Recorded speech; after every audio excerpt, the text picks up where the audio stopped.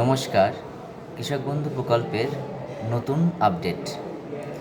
যারা যারা কৃষক বন্ধু প্রকল্পে টাকা পাচ্ছেন অথচ পিএম কিষাণের টাকা পান না, তারা প্রত্যেকে আপনার নিজের নিজের এডিএ অফিসে এই নতুন একটি ফর্ম জমা করতে হবে।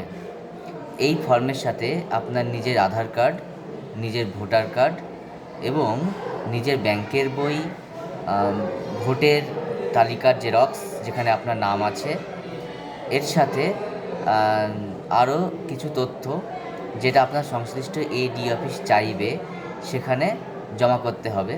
এবং আপনার স্বামী বা স্ত্রী থাকলে তাদের সেই একই রকম কাগজপত্রের জেরক্স জমা করতে হবে। এইগুলো আপনারা আপনাদের নিজস্ব এডি অফিসে যোগাযোগ করুন এবং জমা করে দিন।